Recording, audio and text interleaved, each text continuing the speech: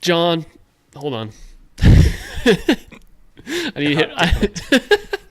This is how it is, man. I need to hit record on the actual podcast app so that we can put it on a podcast. You're my guy. John, it has been quite the week, man. The Seahawks are in the Super Bowl, and it really doesn't feel like that. I don't know if it feels like it to you, but it feels like there's not been enough discussion on the Seahawks and being in the Super Bowl for me and not being in Seattle. Maybe it is for you, but I just wanted to put that out there. I feel like my Super Bowl discussion in my head is just all in my head. It's just me thinking about this game. So I have a lot of thoughts on this, and we're going to get to it today. Do you have anything to say before we dive into what's going to be a loaded podcast? The Mariners also traded for Brendan Donovan. We haven't even talked about that yet. We've got so much to talk about.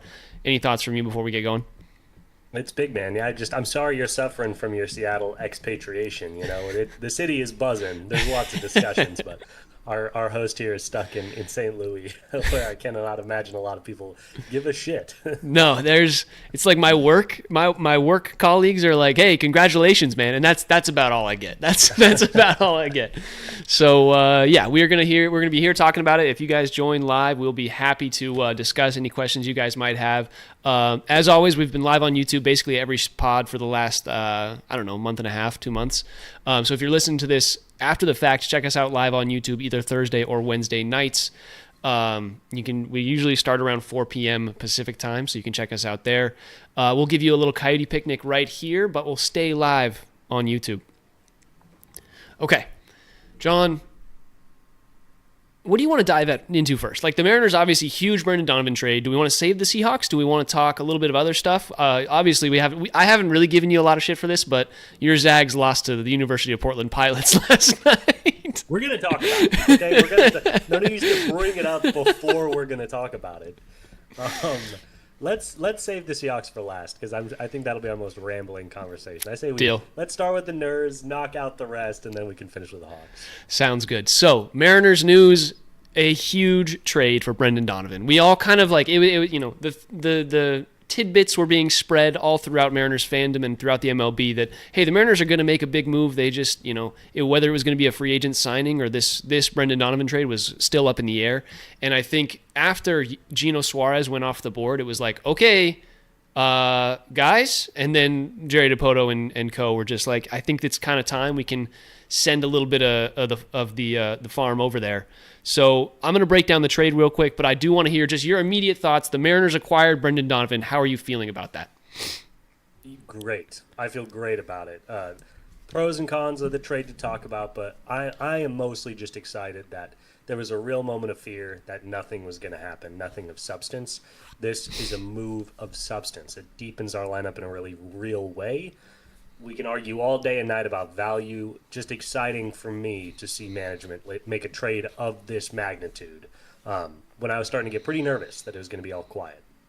Yeah, I think I'm in the exact same boat. I was like, freaking finally, man. I didn't even really care what we sent over. Obviously, I wouldn't have wanted, one of the top Colt Emerson type guys to go. But looking at what we sent over and kind of the entirety of the trade, I'm actually pretty happy with what happened. So let me break it down real quick. We get obviously Brendan Donovan. He's kind of a infielder, outfielder guy. He can play basically anywhere you need him to. So that's really nice for the Mariners and their flexibility. And then we sent out Jurrangelo Cijntje, who is a switch pitcher, which was very, very weird. He's got a really nice right-handed slider, good heat coming from the right side. I think he was upper 70s, or not upper 70s, upper 90s, touching like 99 through 97. And then his left-handed side still needs some work, but overall, he's a top prospect, top 100 prospect. And then we sent outfielder Ty Pete, he kind of was drafted as a shortstop, I think, and he's transitioned to the outfield, but he's our number 11 prospect. And then the Rays were included in this. We sent them Ben Williamson, who was obviously our third baseman for a lot of last season. And we sent one competitive balance round B pick, which was pick number, I wrote that down wrong. It's pick number 68 from the Mariners. So that's just like the 68th pick. That's the competitive balance round, happens between the second and third rounds of the MLB draft. And so they would have a pick there that the Mariners sent to the Cardinals. So that's a lot that I just said. What immediately kind of shines to you when I say all those names? Just that this is a scenario, and I've heard some various opinions on this trade, but this is a scenario where you're trading 4 quarters for $1 or something like that. And in the history of professional sports, the team getting the dollar always wins those trades. you always hear best player in the trade, that team won. This is a scenario where far and away he is clearly the best asset, and you know that because one team got just him, and the other team's got a smattering of picks and prospects and young players. It's just pretty clear that, in my opinion, just based on the fact that it was a lot of smaller pieces for a bigger piece, that this was a winning trade. Yeah, I think immediately I look at that and I say, okay, Sanja's a good player, but he's not a top of the line starter guy. Like, he is probably going to be a reliever, and maybe the Cardinals think they can stretch him into a starter that can go, from both sides of the mound. I guess is kind of a weird way to put that, but to go from both sides of the mound with both hands. But all things considered, like, he's not a top guy. He's not your, like, Ryan Sloan, another Mariners prospect. He's going to be a starter, probably, like, he's projected to be a number 3 starter, but like, he could be as high as a number 2 or number 1 starter. Like, just his frame, the type of pitcher that he is. Sanja's not that kind of guy. He's more of a kind of spinner with a little bit of heat. I kind of think of him as a Matt Brash, but from both sides of the mound, which is nice, but it's not a top prospect when you really think of it that way. So yeah, Brendan Donovan's really nice here. He's a batting average king, right? He's hit, I think, 280 last year. He hit 287 last year, 353 on base, 422 slug. And the slug is really kind of the surprising thing. That's a pretty good slugging ratio for somebody who's in the 13th percentile in bat speed, right? This is a guy who doesn't hit the ball super, super hard, but he squares it up very, very frequently. So really just good, solid things coming from him. And he is a guy that's just going to be on base, right? 353 on base means he's probably going to hit in the upper part of your lineup, and he's going to be on base for Julio, for Cal, for these guys, and that's just going to be so nice. To touch on his splits real quick, he's much better hitting against righties than he is versus lefties. He only had 169 appearances versus 169 appearances versus lefties, and 346 versus righties. So he's a righty king, hit 230 against lefties and 315 against righties. So those are things to keep in mind when you're looking at how this guy's going to play in terms of the entirety of the season that he's on the roster. But he's just a really solid on-base guy. Yeah, we can get a little bit more into the conversation of, was it an overpay for a guy like this, but I just want to state, my main thesis for why I'm so excited about this guy is, he's been playing in the big leagues for 4 years now. In those 4 years, he has been as consistent as any player I think I've ever seen, where it's just statistically pretty amazing how consistent he's been. In 4 seasons of Major League Baseball, his average is finished every year between 278 and 287. His on-base percentage is finished every year between 342 and 365, slugging between 417 and 422. He is just living in these ranges every single year, which, for a team that has a bad history of bringing in guys and their performances falling off, just makes me a little bit more comfortable that he's been doing it over and over and over. I'm not expecting him to play better in Seattle. I'm expecting him to bat about 282 and slug about 411 like he's been doing for the last 4 years. Yeah, I think go for it. Well, I was just going to say, with that being said, I'm in a lot of group chats, hearing a lot of chatter about this trade, and I do think there's been a little bit of like, wow, why did we give up so much for this guy? Couple top-tier prospects, numbered 68 overall pick, Ben Williamson, some people like. Can you make the case? I kind of pshaw at that response, but can you kind of make the case why this could potentially be an overpay? Yeah, definitely. A little bit. You're looking at it, and it's 1 year of a guy for what is essentially like 12, probably not 12, but more like 10 years of prospect value there. When it comes to Senja, is going to be a guy who can be in the major leagues for 4 years before they really have to pay him anything. So that's a lot of value there. And as soon as this season's over, he's making $5.8 million this year. As soon as this season's over, he's a free agent.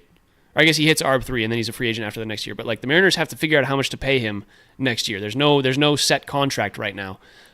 So he might be requesting a lot. Who knows? But it's the sense of like, yeah, you like you always say, bird in the hand versus a bunch of guys that are on the sideline. In this case, in the minors. So obviously, it's nice to have Brendan Donovan, but it's kind of the Harry Ford situation where people get super excited about the I guess, idea of a prospect coming. People are super excited about the idea of the Mariners having a switch pitcher who can, throw from both sides in T-Mobile Park. That's so cool to think about. And then you think about, I don't know how many people actually know who Ty Pete is. Ty Pete's a pretty good athlete. He's a really solid player. I was kind of thinking that like he would be the type of person that we would let go, would be him or kind of a Michael Arroyo type. So I was not surprised that he was the number 2 piece. But to send Ben Williamson out, I think was surprising to a lot of people because he's been our everyday third baseman. There's been no development when it comes to signing a third baseman besides people thought Gino was going to be it. So the fact that Gino was off the board and now you send over Ben Williamson, it's like, okay, either Brendan Donovan's going to be playing third or it's going to be like Cole Young and Colt Emerson, 2 relatively unproven guys, which I think is the reason that people are surprised and think it might be an overpay just because of the loss of Ben Williamson. And, he's a controllable piece. So all of that is to say, it's a fair statement to say 1 year of a guy for 10 to 12 years of prospects is a little bit scary of a price. Sure. No, I definitely appreciate that. Worth saying that Brendan does have experience at third base, 46 career games at third base, so it wouldn't be crazy to see him slide over there. I guess, yeah, and when you stack everything up, there is the case for the overpay. I also didn't realize we're only going to have control for two more years before, having to let him become a full-fledged free agent. With that being said, I'm such a bird in the hand guy. Ben Williamson has only played, 1 full season in the big leagues last year. Decent volume, 277 at-bats, 253 average, 310 slugging. Really did not show a lot when it comes to generating power. Only 1 home run. And, he's a young player for sure, but before Ben came up, he would have been the highest ranked of these prospects. If he hadn't played this last season, if he was still listed as a prospect in the Mariners farm system, he would be the highest ranked of any of these prospects that we traded. And we've seen what MLB Ben Williamson looks like. And he's a guy that, I think he'll carve a role out for himself in the league. I don't think he's ever going to be an all-star.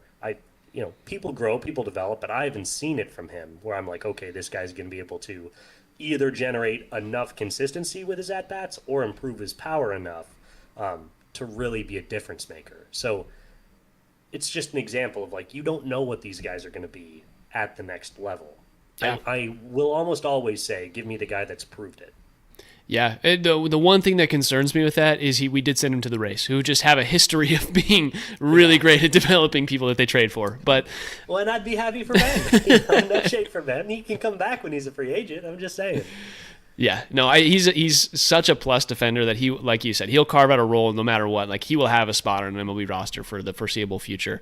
But yeah, I think he hit 2 home runs last year, 1 home run. I don't remember off the top of my head. 277 at-bats. Yeah. Brendan Donovan hit 10 last year. He's basically a 10 to 15 home run guy. Like that's every year. That's a lot more value that you're getting. If we say, hey, you're playing third base, that's 10 to 15 more home runs every single year for the next 2 years. And that's just so much more value. And listen, the Mariners are trying to win the World Series. Like this is the time that you're like, hey, we can get rid of the prospects. Like, we don't need to have the best farm system.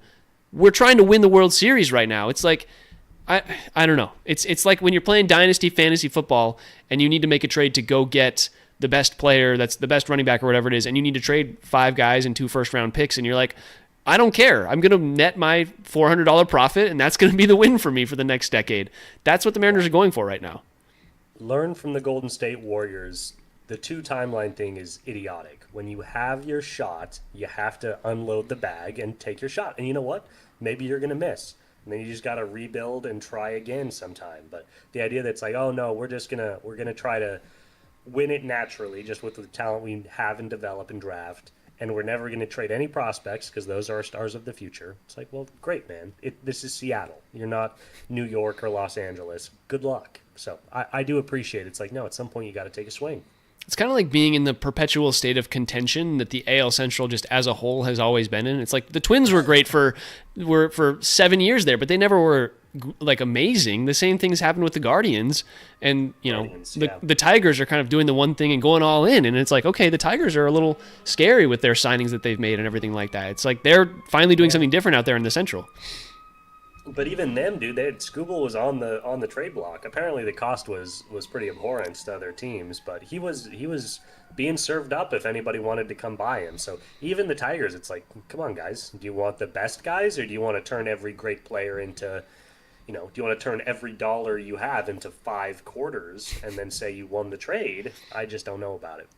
Yeah, I think the Scooble thing was interesting because I never really thought they were going to trade him. I think it was a like, hey, if you offer us the moon, yes, we will trade you Tariq Skubal because you get 1 year of him. If you want to try and extend this guy, he's asking for $50 million a year. Uh, but at the end of the day, like I think they never really had an intention of trading him, and they might, he's going to be a free agent next year, or maybe they'll trade him at the trade deadline. But at the end of the day, this is their contention window too. Like I doubt they want to get rid of the arguably best pitcher in baseball. So we'll see what they do. I think they would have taken the moon, but I don't think anybody was willing to do that for 1 year of Scooble. I think they were asking for $5 in quarters is what they wanted. Yep. No team was willing to do that for a year. They were like, hey, can you send me a $2 bill and then just like 12 quarters? Crazy. All right. That is all we've got on the Mariners for right now, unless you want to touch on anything else. I guess my question for you is, and because you just know where these guys fit better than I do, would your assumption be that Brendan's just going to slide right into third base, or do you think there's going to be a shuffling of the infield? That's a great question. I think what it'll be is the Mariners will give him, Cole Young, and Colt Emerson all reps at third base and second base, and do more or less a kind of platoon situation. The problem is we don't currently, that I can think of, I need to look at the Mariners depth chart actually real quick, but I can't currently think of a right-handed hitting player that would play third or second base right now. I guess it's probably Ryan Bliss. Ryan Bliss is probably the guy who would be our right-handed hitting second baseman or third baseman. Maybe they think they can move him. Let me look at the depth chart real quick. But yeah, I think it's Ryan Bliss is probably like the right, when we go up against a left-handed pitcher, that's going to be our little bit of a scary time, I think would be my statement. Okay, that's fair. Yeah, it's like Leo Rivas, switch hitter, but like he can play some obviously shortstop if he needs to, but he's probably going to play a little bit of second, a little bit of third. Miles Mastrobuoni, our favorite guy, but he also hits left. But I would expect that he will be our, backup third baseman by the time the season starts. Mr. Do It Himself, get him off the field. That makes sense. So it does not sound like you're expecting something to be very solid and very consistent day to day. You think it'll bounce around quite a bit. Yeah, I'm in the camp of it's going to be whatever the Mariners can make do in those spots because the fan base was clamoring for this move, and we'll see what happens this season. Maybe they have another move in front of them. Maybe they have another idea for something. But there's not a ton of great third basemen out there, so we'll see if they can slot one in. I think they're relying on Cole Young to take a leap forward this year, and then Colt Emerson to have a decent rookie campaign. Well, we can hope. Would you? I guess just out of curiosity, because these two guys are basically even in my mind. If you could have kept either Cole Young or Ben Williamson, would you have picked one over the other? I definitely Cole Young. Cole Young as a hitter is so much better than Ben Williamson. And defensively, like you can be great, but defense doesn't get you to be an all-star level player. Like hitting gets to that point. Cole Young's hit tool, and we saw he hit the longest home run on the entire Mariners roster last year. Like Cole Young has the power if he can handle the ball. Like he's got 10 to 20 home run power if he can get consistent at the plate. So I'm excited for him and happy that he's going to get a little bit longer of a leash this year. Totally. And so much of baseball defense, in my opinion, has always been effort-driven. Obviously, you can still be good or bad, but so much of it, in my mind, is just what you're willing to do. And he strikes me as a guy that's willing to work for it. Yeah. All right. Quickly, we're going to move through the other sports, and then we'll move to the Seahawks and the Super Bowl preview. So we've got the Kraken, who, again, have gone 3-1-0 since we last talked. They're now 27-20-9, sitting 1 point out of the second place spot in the Pacific Division of the NHL. It's nice that they're doing well, I suppose. They're 6-2 in their last 8 games, which is pretty nice to see. But at the same time, I looked at the standings for the first time, and I was like, man, they've got 63 points or whatever it is, but they would not be top 5 or top 4 in any other division. So it doesn't necessarily make me super happy that they're really fringe contending in the Pacific. Yeah, I credit where it's due. That's now 6-2-0 in the last 8 games. That's an impressive stretch. They've been doing it against the Pacific largely. They tallied wins against the Knights, the Ducks, and the Kings this week. which helped them jump both the Ducks and the Kings in the standings. Still, technically, 2 games under 500, as opposed to the Ducks are 4 games over. The Kings are actually way below 500. It's amazing these overtime losses how it can change the standings, but yeah, I would love to see the win column continue to increase. I want to get to 30 wins. But they're doing their job right now, and I do appreciate that. Yeah, they're climbing back up in goal differential too, right? Just looking at the general table when you're looking at the NHL, it's like, oh, the best teams in each division are like plus 50 to plus 30 to plus 74, and then in the Pacific Division, the Golden Knights are plus 9 at the number 1 spot in that one, and the Kraken are minus 3, and they have the third best goal differential in the Pacific. So that's kind of where things are in the Pacific Division. It's just kind of a brutal one. None of these teams are very good. We will see what the Kraken are able to do. The Ducks, who are in 4th, are the only team with a winning record in the Pacific. But they're 4th because all their losses are in regulation. Only 3 overtime losses, far and away the most in the division. Classic. Friggin' Canada, man. Sending everything to overtime gets you points. What are we talking about? So socialized point systems, man, not for me. All right, let's quickly jump to college basketball, where it's finally time to talk about it. We're going to jump right into it. John, what happened last night? The Gonzaga Bulldogs lost to the University of Portland Pilots. Yeah, go Pilots, first and foremost. I've always been a Pilot fan. Everybody knows I almost went there. Yeah, I almost went to Portland.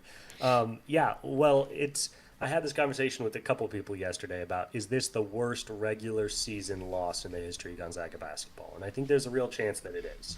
To be the number 6 team in the nation with your only loss coming to arguably the best team in the country in Michigan, and then to lose your second game to the Portland Pilots in Portland is just pretty embarrassing. And the crazy thing is it's just so apparent what an effort loss it was. Like, there's nothing you can point to make excuses. Offense did all right. We scored 80 points. They only hit 7 3-pointers. It's not like they were just bombing us from 3. They did not shoot more free throws than us. They got 1 more rebound than us. They turned the ball over almost twice as many times as we did, and they committed 1 more personal foul. So there was nothing that you could point to say, oh, this turned the game. It was just a total scenario of this team sleepwalking into Portland, not bringing it for basically the entire game, and getting their butts kicked by a Portland team that is now 11-14. So this was pretty humiliating. There are lots of people that you could blame.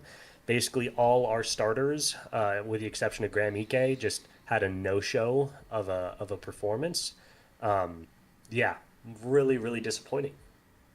Yeah, it's one of those things like Graham Ike is the only person who kept you guys even remotely in this game. He played 35 minutes on what I would assume is still a little bit bum of an ankle or whatever that injury was. Yes. And he dropped 24 points on 9 of 16. Like, he had a pretty solid game, 24, 10, and 3. Like, that's a good game by him.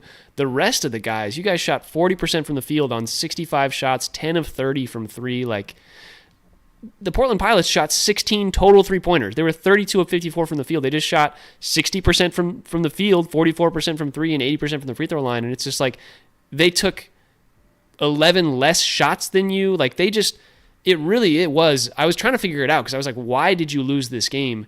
And it did feel just a lot like an effort loss. Like, nobody really seemed to want to take a hold of this game. You think of the guys like a Steel Venters goes 2 of 7 from 3, and it's like maybe you can account that to him just being off that day. But it's like somebody has to be on. Like, you're playing the Portland Pilots, and nobody is able to go score besides Graham Ike. You're like Tyon Grant Foster was a 20-point per game scorer last year, wasn't he? Like, nobody wanted it.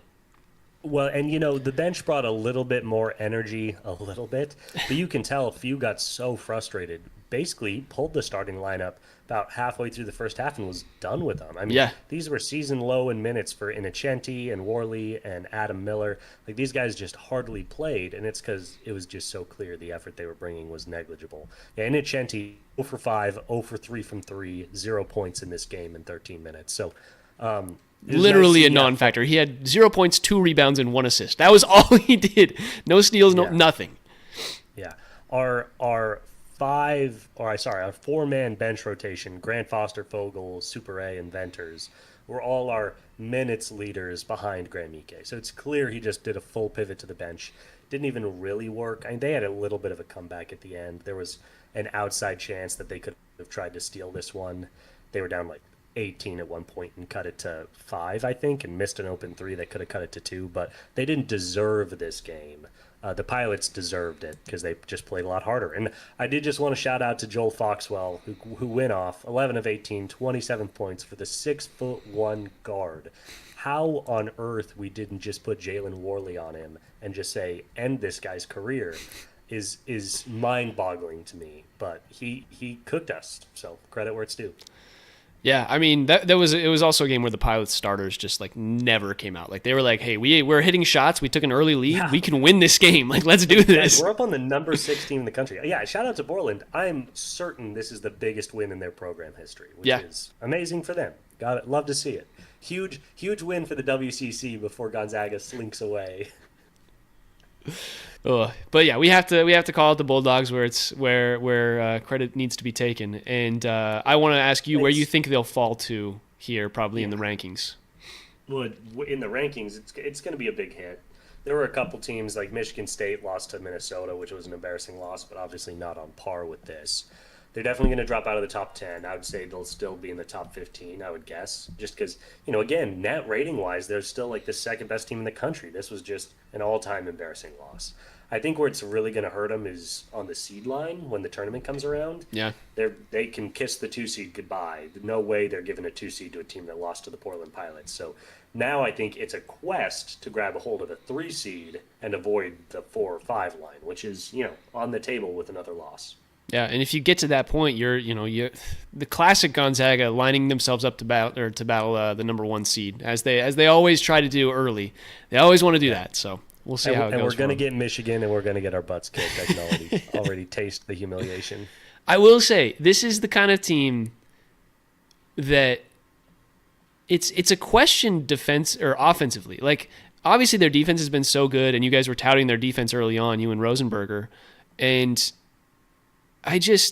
for a team that has 2 very efficient scorers from the interior, like I expected more from the backcourt. Like Tyon Grant Foster's been kind of meh all season. He's been like an 11 point per game scorer. Steele Venters has been 5 points per game. Like I just feel like been awful. His injury, obviously 2 lower leg injuries. You never know what you're going to get, but he's not really a D1 player. There was a lot of talk yesterday about how he's just untenable defensively and he's not hitting his threes. It's like I feel bad for the guy, but he has no purpose on the court. So I would just rather give all those minutes to Fogel.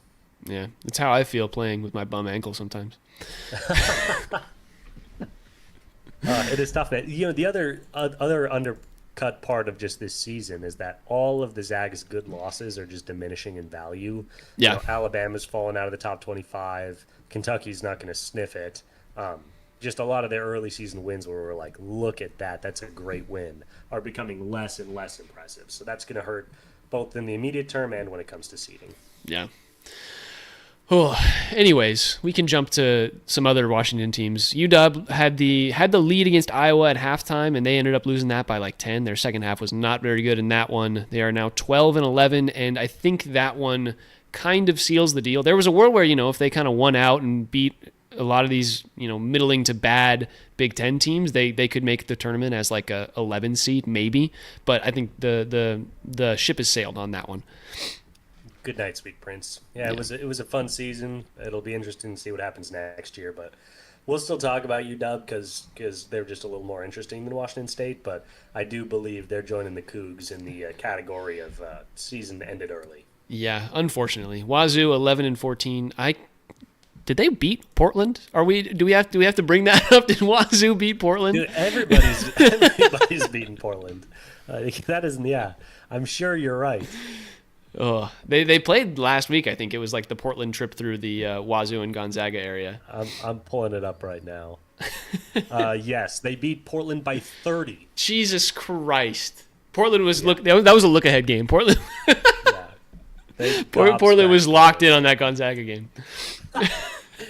They gave up 104 to Washington State, but we can't score more than 80. So, yeah, tough one. They also held Portland to 13 less points. So, pretty embarrassing. Crazy. All right. John, it's time. Super Bowl preview session. Let's do it. Before we get started, I just want, it's been a week since we last talked. I want you to walk me through any changes through what, kind of your thought process for what you think is going to happen. What do we like? What's been our news that we've heard in terms of Seattle? Like, what's been going on for you? Yeah, it's been a fun week. Obviously, all the Super Bowl preview stuff, all the interviewing, it's all been good stuff for sure. Um, I We're going to talk about some injury stuff on both sides that have become big stories in this last week.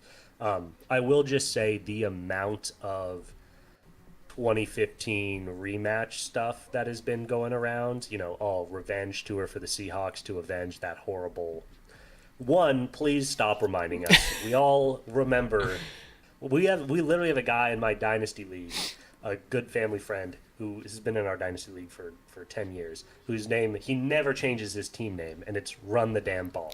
It's Run the Damn Ball, and it's been that ever since they chose to throw it on the 1 yard line. And he has it every year. We know what a terrible loss that was. Please stop bringing it up. There's nobody on this team that was there for that happening, nor is there anybody on the Patriots. Let's just stop talking about it. It's just a painful memory, and it makes Patriots fans giddy every time we bring it up. But other than that, I think the big stories in terms of how it could affect the game are the Amanwari injury for the Seahawks and the Drake May shoulder for the Patriots. So why don't you run down what your thoughts are there? Well, let me real quick shout out the run the damn ball situation, because I think the NFL just doesn't really know where to go with this game. Like, they've been a little like, hey, this is Sam Darnold versus Drake May. Drake May is kind of an unproven guy, and Sam Darnold is Sam Darnold. So it's like, who do we grapple onto for selling this game? And it's like, oh, we have to kind of say, this is a revenge tour. This is the angle that the entire media public has taken for this game, and we're not going to take that angle, but that is why that is happening. Yeah, and they're trying to foist it upon us too. So like, then if the Seahawks blow it, it's like, oh, they blew it again. It's like, man, this is a different team. Yeah. Ugh. I will say one thing on that, and we'll talk about it with the Drake May injury too, but I'm sure nobody is more disappointed, even more than Patriots fans, with how horrible Drake has been this postseason than media talking heads. Because, again, he was in the MVP conversation. Yeah. I know it's a regular season award, but any chance he had, he killed with his playoff performance. Nobody. It was like, oh, Stafford, Drake's got some better stats. Should we give it to him? It's like, he was so bad in their playoff run. Nobody could justify giving him MVP. And I'm sure they would love to talk about, like, is this the ascendancy of Drake May we're watching? But you can't do that after 30 straight games have been thrown for like 150 yards and 2 picks. There's been articles that I've been reading, and it's like, hey, Drake May should win the MVP, and it's like, that feels like an argument that should have been made 3 weeks ago, and now it feels moot. Like, I don't need to worry about Drake May being the MVP right now. It doesn't feel like that's going to happen. Like, the impacts of what all has been transpiring over the last few weeks with Drake May has just made his, even if the voters don't want to count it, it's like, then it's just a statistical award. Like, the media literacy and everything with that matters. So yeah, it's not supposed to matter, but when it's this visual, he would have been better served just losing in the first round, so people could say it was one game. But the fact that it's just been bad. You know it's really helped is Vrabel's Coach of the Year argument. That's very true. That might have locked him in on Coach of the Year. Honestly, this is the Coach of the Year game right now. This is like Mike McDonald versus Mike Vrabel. That's a great Coach of the Year debate. It's the year of the Mikes, there's no doubt. Yep. All right, so let's jump into some of the injuries that you talked about. So obviously, we heard earlier this week Nick Amanwari has, I believe it was an ankle injury. I think it was a little questionable what exactly it was, but he limped off the field under his own power. A couple of people were walking with him, asking him questions, making sure he was okay, but he was able to get off the field, just, tender ankle. And then the other one is Drake May's shoulder. As you alluded to, Drake May's had a little bit of a tight shoulder. There's been some questions about how much that's going to impact his throwing and that stuff during this game. What are your thoughts about kind of those two specific injuries? And then we'll dive into maybe some other ones. Like, I believe Cross, the left tackle, was out in the second half of the NFC Championship. So there's been some discussion about how he's going to do. Yeah. The Amanwari injury was definitely very concerning, just because of how short the timeline was between that injury and the Super Bowl. This happened like 4 days ago, 3 or 4 days ago that he got hurt, and people were just like, how is he going to play so soon, even if it's there's no structural damage or anything like that. It was really just a twisted ankle. But Yep. there was a lot of concern, and there were some, NFL doctors coming out and being like, "Do not expect him to play. It's just too short of a window." Since then, both he and Coach McDonald have come out and said like, "No, he's going to play. You can count on it." I think the question now is, how close to 100% is he going to be? And my guess is he won't be 100%. But he is, he's probably going to win Defensive Rookie of the Year. He's obviously very impactful. So while it's going to be a small hit not to have him at full strength, I'm just very glad to hear. And, they'll get him filled with bath salts or whatever it is that they're giving these players with injuries. Some of that those perks that Rodgers was having. Shoot him up with adrenaline. Yeah, I'm sure he'll play fine, but I think that concern's been pretty well alleviated. But that was a big moment there. Yeah, there's a lot of this defense is kind of listed on the, hey, they're injured, but also just kind of taking a rest. Obviously, Ernest Jones, Josh Jones, DeMarcus Lawrence, Julian Love, they've all had some stuff that's like, hey, be careful. But I really think they're just resting. The one that I alluded to is Charles Cross. He's expected to play, which is very, very nice as the left tackle. So all things considered, we're looking pretty solid here on the injury front for the Seahawks besides Nick Emmanwori. I think that was the big news. And I think that was the big news because everybody was like, what makes this Seahawks defense so good? And everybody kind of realized that it was Nick Emmanwori and Devin Witherspoon just being insane athletes. So any injury to them is a little scary. But I think he'll be just fine, as we said. He'll deal with that injury in whatever way the Seahawks need to.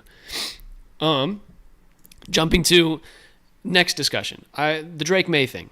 And I really wanted to talk about this because the Seahawks kind of did it with Sam Darnold's oblique, and I think in general NFL teams are doing this right now, and I don't think anybody wants to admit it. The NFL has an issue with just like making its quarterback like padding its quarterbacks, because if it just feels like if a team loses, they're going to say, oh, our quarterback was injured. That's what it feels like to me. They don't want their teams to fail, or their players to fail, these teams, because if the Seahawks are like, oh, Sam Darnold lost the NFC Championship, he can't win bad games, and they don't have the injury to blame, it's like, okay, it was just Sam Darnold's fault. And it feels like that's kind of what's happening with the Patriots and Drake May's injury. It's like, hey, we didn't win this game because Drake May's shoulder was injured, and so now we're trying to protect him from the scrutiny of the media, is kind of what I've been feeling like with these injuries that just every quarterback is dealing with every single week. I don't know. What are your thoughts on that? I think that's a great point. Especially something like shoulder soreness. It's like, yeah, dude, no duh. You got sacked like 7 times against the Broncos. I'm sure you're sore in a lot of places. Is that an injury? Or is that more of, just something bugging you? Obviously, yeah, the Seahawks had the exact same thing. That oblique turned into a whole lot of nothing. I wonder if any of it is just like, and I couldn't really argue with this, but psychologically positive, where it's like, we're just trying to take a little pressure. We know you're dealing with an oblique. We know you're dealing with a shoulder. We're just going to put it out there so that you just feel a little more comfortable going out. You go out and you miss a throw, they're going to be blaming it on the oblique and not you. Get back into your rhythm.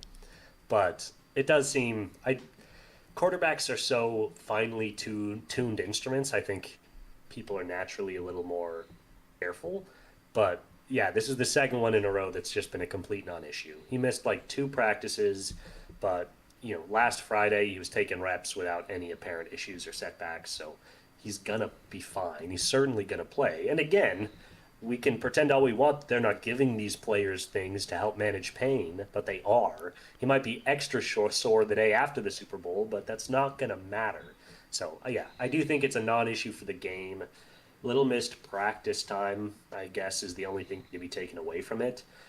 He's a guy that probably needed all the practice he could get, considering how poor he was playing. But I don't really talk your think shit, John. This is gonna impact the game. Well, he's been awful. He's been terrible the last 3 games. He did have the one really nice throw to Booty, but so stupid. This is Rex Grossman in the Super Bowl talking nonsense. It is one of those things where I was thinking about this, and I even pulled up some like history of the Super Bowl notes to talk about this, because the Seahawks winning this Super Bowl, and again, maybe it's because I'm not in Seattle and maybe it doesn't feel as big and the people that I'm around are just not talking about it as much, but this Super Bowl just doesn't feel as big as it has in the last maybe decade, just because it's two quarterbacks that are not necessarily the highest end of the talent spectrum as of right now when it comes to like the NFL's selling point for them, right? Last year you had Eagles Chiefs. Obviously, anything with the Chiefs is going to be a bigger game because of Mahomes. But it's like the Eagles had been a super great defensive team. Jalen Hurts, Saquon Barkley, like that was a huge year for them. And then the year before you had the Niners versus the Chiefs, and that's just a great like San Francisco and again the Chiefs matchup. Chiefs Eagles the year before that, Rams Bengals. Like this feels kind of like a random year, and for that reason, I want to ask you: will it feel any cheaper if the Seahawks win this one? I completely disagree. I think that is maybe more of a factor of you just being out of the system. But, I've been listening to enough national stuff to know that the Patriots fans are very excited and enough local stuff to know that Seahawks fans are very excited. I mean, again, if the Patriots win, there's just going to be a discussion of like, man, what a weird postseason for them. Because, again, if they win this one, I think Drake May is going to have to play well. And it's like, oh, man, I guess he just saved it for the Super Bowl. Cool. But if the Seahawks win, credit to the Pats where it's due. They're definitely one of the best defenses in the NFL. They've been the 1 or 2 seed in the AFC all year. So you got the one overall seed in the NFC meeting the 2 overall seed in the AFC. These are 2 great teams, and the Hawks have had a heck of a road getting through the Niners and the Rams. So I don't think it counts any less. I think the quarterback storyline, to your point, is just there's not as much national media stuff going on about it. But these are also, 2 newcomers to the Super Bowl. If it's the same thing next year, if we get Drake May, Sam Darnold too, there's going to be a lot of storylines about, potential dynasties and that sort of thing. But I think this feels to me much like the Rams-Bengals Super Bowl in terms of 2 new teams to the format. Obviously McVay had been there before, but new groups, except for the fact those 2 quarterbacks were much higher profile. Yeah, what I'm alluding to with this one specifically in terms of what team I think is the most or what game is the most like this one, I think is Super Bowl 50, right? You had Broncos versus Panthers. The Broncos defense was just electric and they win that one 24-10. That kind of feels like something that could match the profile of this game when it comes to the Seahawks defense really just holding down the Patriots and the offense doing just enough to score, 24 to 30 points and winning that one pretty handily. Yep. Does that feel pretty accurate to you? Yeah. The other thing about that too is those were 2 really good defenses. That was Cam Newton's MVP season with Carolina. Yep. I believe that was that season.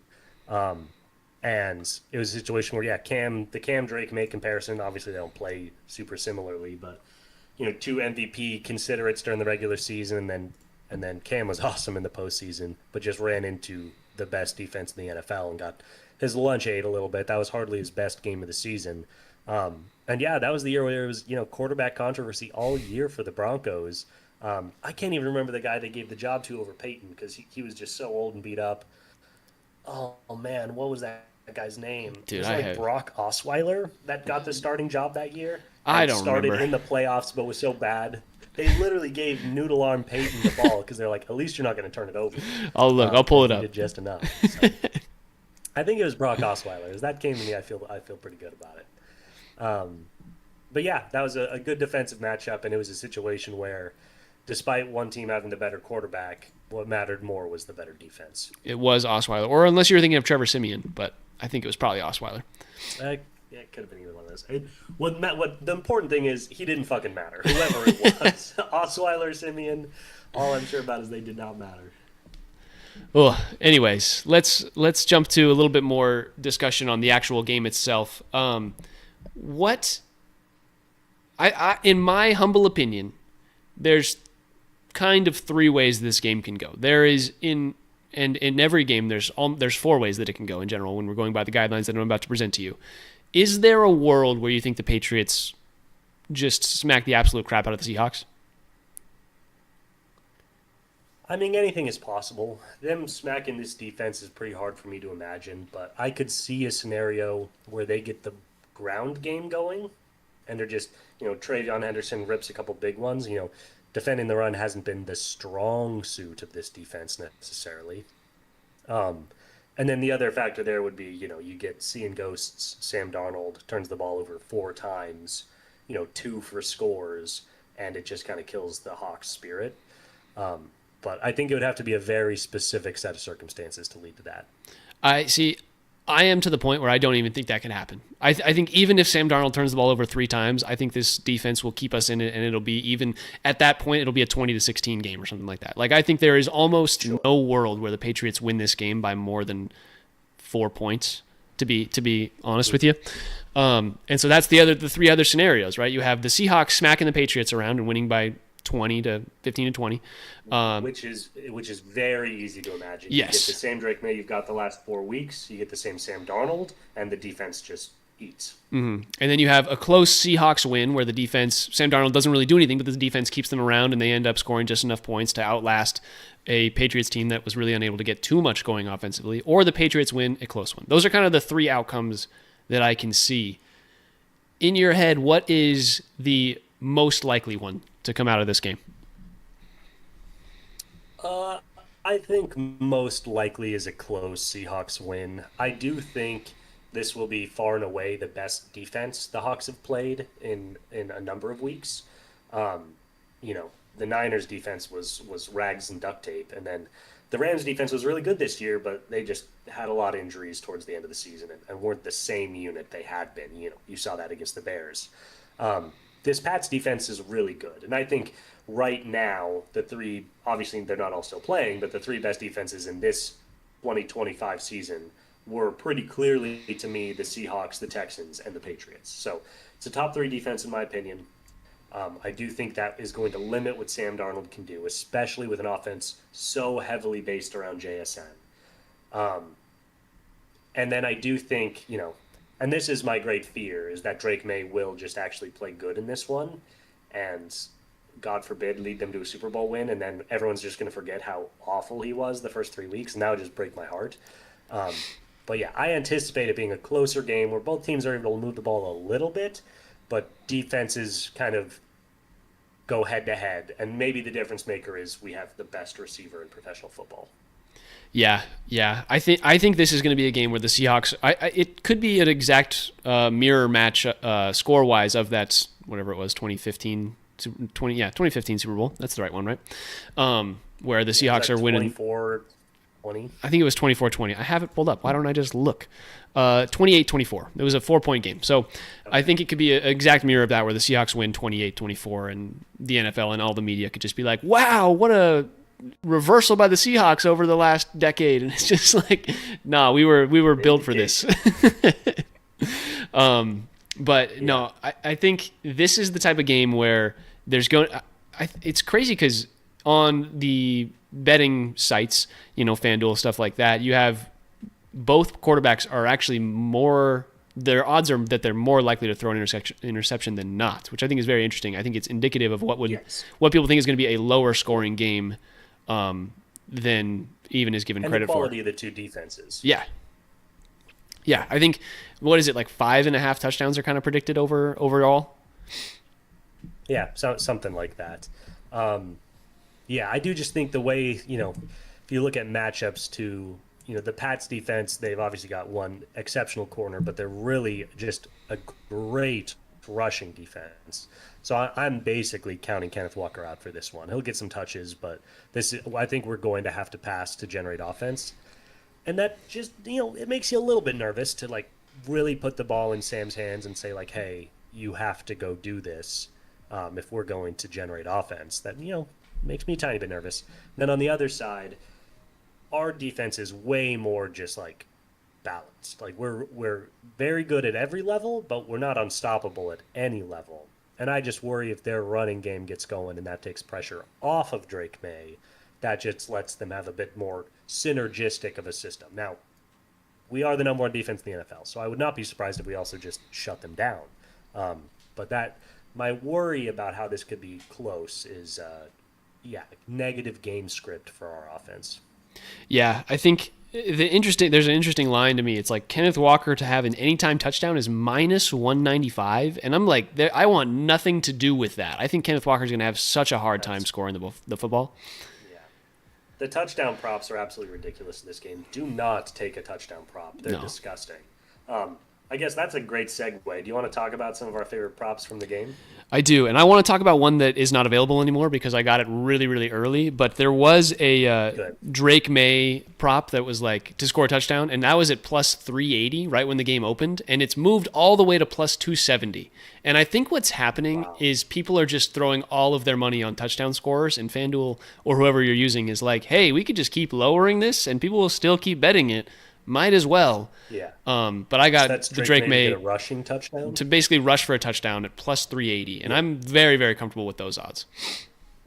Yeah, a lot of you obviously saw his one touchdown against the Broncos was using his legs. He's a guy that in the red zone likes to use his legs, so I think that's a great bet. Good job getting there early. Yeah, that line's been destroyed. I want to talk about. I'm going to go back to back here.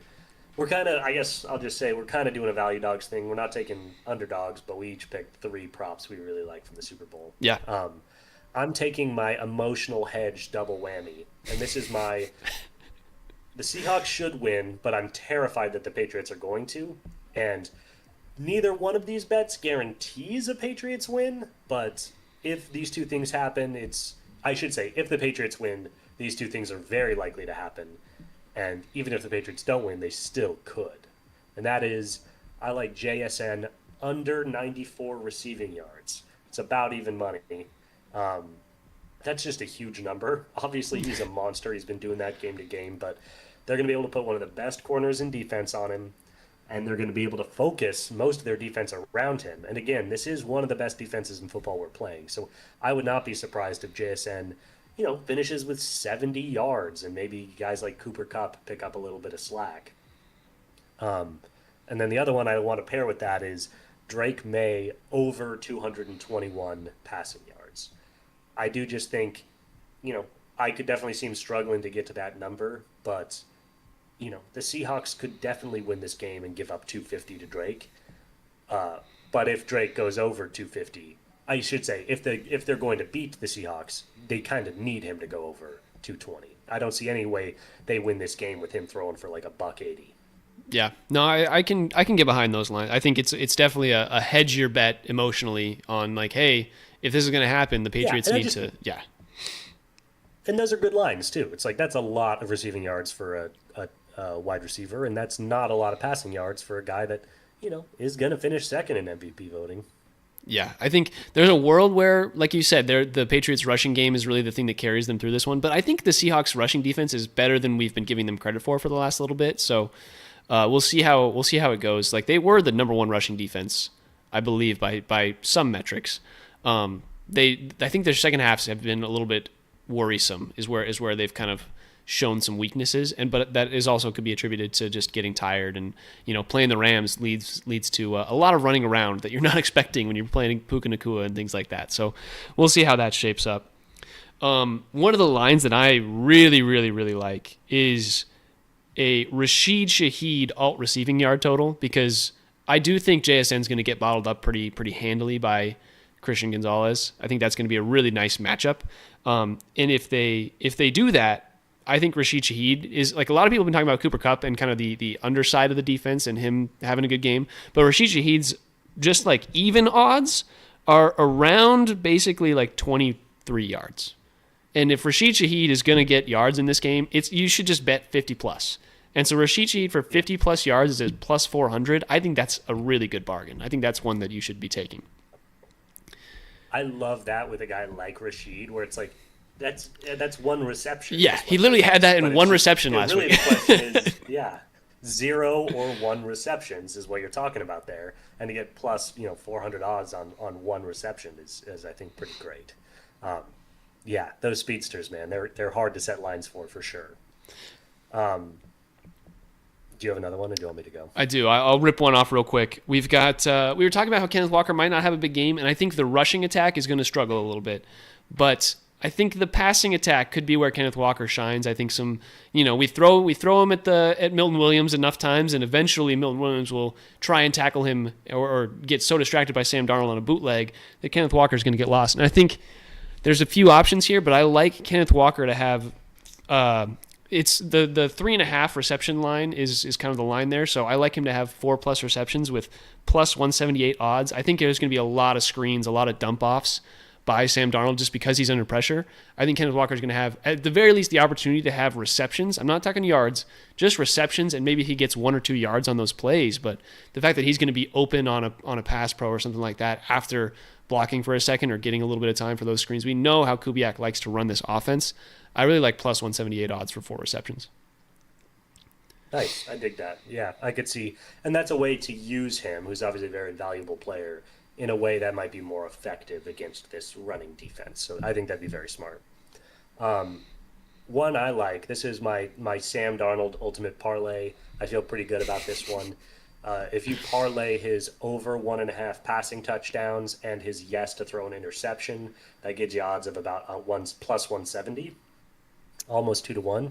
And I just think, first of all, yes, he's going to throw an interception. I think these pair so nicely together because, again, he's going to have to throw the ball a lot. I would not be surprised to see him throw the ball 35 times in this game, just with how good the Patriots' rush defense is.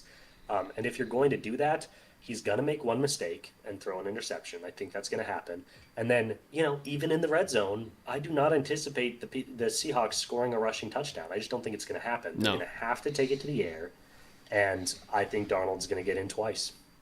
Yeah, I can get behind that. I think especially if he is throwing the ball 35 times, like you're expecting Darnold to have an interception there, like you're saying. Like he threw 14 interceptions this season. Like that, you're expecting an interception against a good defense like the Patriots, especially in the secondary level. Especially if he's trying to fit the ball to JSN against a Christian Gonzalez type back. Like that's the kind of thing where we talked about that last week even, where it was like, hey, if he's going to try and get the ball to JSN 10 times this game, Christian Gonzalez is going to intercept one of those. Like that's just how that's going to happen, or a safety's going to come through. Yeah. But Sam Darnold is not a perfect passer. And so because of that, I think taking that interception, and I like adding the 2 touchdowns there, I think you're getting something where it's like, yeah, this is the kind of thing that the Seahawks are going to have to do to win this game. And Sam Darnold, he had, it was 3 passing touchdowns in that game against the Rams. Like it's fully possible that we hit Jake Bobo and Rashid Shaheed for two touchdowns in this game. Like that's very, very feasible. Yeah. And, I'm not saying we're going to score buckets and buckets of points, but I think the idea is even if it's, first and 3, first and goal from the 3, I would not be surprised if we threw it 3 times in a row because I really have a lot of respect for this Pats pass rush and run defense. So I think they're going to be pretty stout up front. Let me just so we're talking, throwing it from the 3-yard line. Let me put out into the world the bet on Eric Saubert to have an anytime touchdown, which is crazy, actually. Never mind. I just saw this line. I was just thinking, this would be a great one to have. These touchdown lines are insane. What are we doing here? It's only plus 1,000. It's 10-1 for Eric Saubert, the guy who caught 1 2-point conversion on the the season to have a touchdown in this game. What are we doing? That's the kind of guy. He's like he's our third string tight end, and the guy has plus 1,000 odds. What are we doing here? Yeah. That's crazy. We need to form our own sports book, dude. This is getting ridiculous. The touchdown odds are just so out of whack. That's insane. Cam Akers is plus 1,800. Cam Akers plays for the Seahawks. Did you know that? Bro, I 100% thought Cam Akers was on the Pats when you said that. That's crazy. I did not know he was on the Hawks. Plus 1,800. Has he gotten a carry this year? I think he's gotten like 1 or 2. The odds are just insane for this game. Yeah, it's messed up, man. All right, we've been on here for about an hour, and we haven't actually talked about what we think the real outcome of this game is going to be. We've talked about the potential for it, but I think it's time we both gave our picks, and then we can probably end the pod. I think that's going to be the last thing we do, unless you have anything else you want to do. Do you want to go first, or do you want me to? No, it's funny. I'll go first. I'm fighting off the dark thoughts. The Seahawks are better than this Patriots team. They don't have to do too much. They just have to get up early and then just control the game script, which I think they're fully capable of. I'm going to say 24-10 Seahawks. I like that. I'm going to say 24-17 Seahawks. Wow. 24-10. You were about to just exactly match that Broncos-Panthers game that we talked about earlier. You were like, let me change it up. Yeah, I can't do it. Well, I can, but I'm going to go 24-13. I think this Patriots offense is just going to be dumbfounded. I think Drake May's not like he's going to be the one seeing ghosts at the end of this game. I think this is going to be a Seahawks defense does plenty, and they end up winning by 11 points in this game. And it is just a Seahawks defensive palooza. We get an interception, we get a fumble recovery, we get 4 or 5 sacks. Like, I'm expecting a lot of great things coming from the Seahawks defense, and Sam Darnold to do just enough. Maybe that's going to hurt your 2 touchdown line, but at the end of the day, I really like what the Seahawks defense has been able to do. And Drake May, for as good as he's been as an MVP candidate, he is a second-year quarterback going up against the best defense in the league. And as we've seen throughout this playoffs, he's not necessarily performed well against good defenses. He's just been kind of very mid to bad. And this is the time for a team that has a competent offense to do something about that. So I think the Seahawks win this game pretty handily, to be honest. I love that. If we can get in one of those game scripts where Sam Darnold throws it like 4 times in the second half, I would be incredibly happy. Side bets be damned. Like, if Drake May's crying on the sidelines at any point, I'm going to sleep like a baby. Can we get odds on Drake May crying on the sidelines at any point during this game? Is that on? He's an emotional guy. Is that on the sports books? You can bet on Gatorade, but not on tears. Ridiculous. Yeah, I think Sam Darnold is either going to have to throw the ball 35 times or he's going to throw it like 23 times and get kind of a 17 for 23 type game. And it's just going to be like, hey, we're just moving the ball slowly but surely. But there's not really a situation where I think he's like, if you're going to take a completions or a pass attempts, you either take under 25 or you take over 35. Like, there's no middle ground for this game. So I like that discussion. Yeah, all right. I appreciate that. John, the Super Bowl's in 3 days, man. The Super Bowl's in 3 days, and we are locked in. Get excited. For John Carey, I'm Tyler Cartwright. This has been the Sound Up Seattle podcast. If you enjoyed this episode of Sound Up Seattle, please feel free to drop a like, subscribe, drop a follow if you're listening on any podcast platforms. We are on Spotify, Apple Podcasts, wherever you get your podcasts. You can find Sound Up Seattle on Twitter, TikTok, and Instagram, all at Sound Up Seattle, all lowercase, all one word. You can find me, Tyler. No, you can email us questions, comments, concerns about our gambling discussion at soundupseattle@gmail.com. You can find me, Tyler, at TyCart50 everywhere that's important. And you can find John. Stop trying to find me. The season's almost over. Stop looking for me. Just let me live in peace. Go Hawks.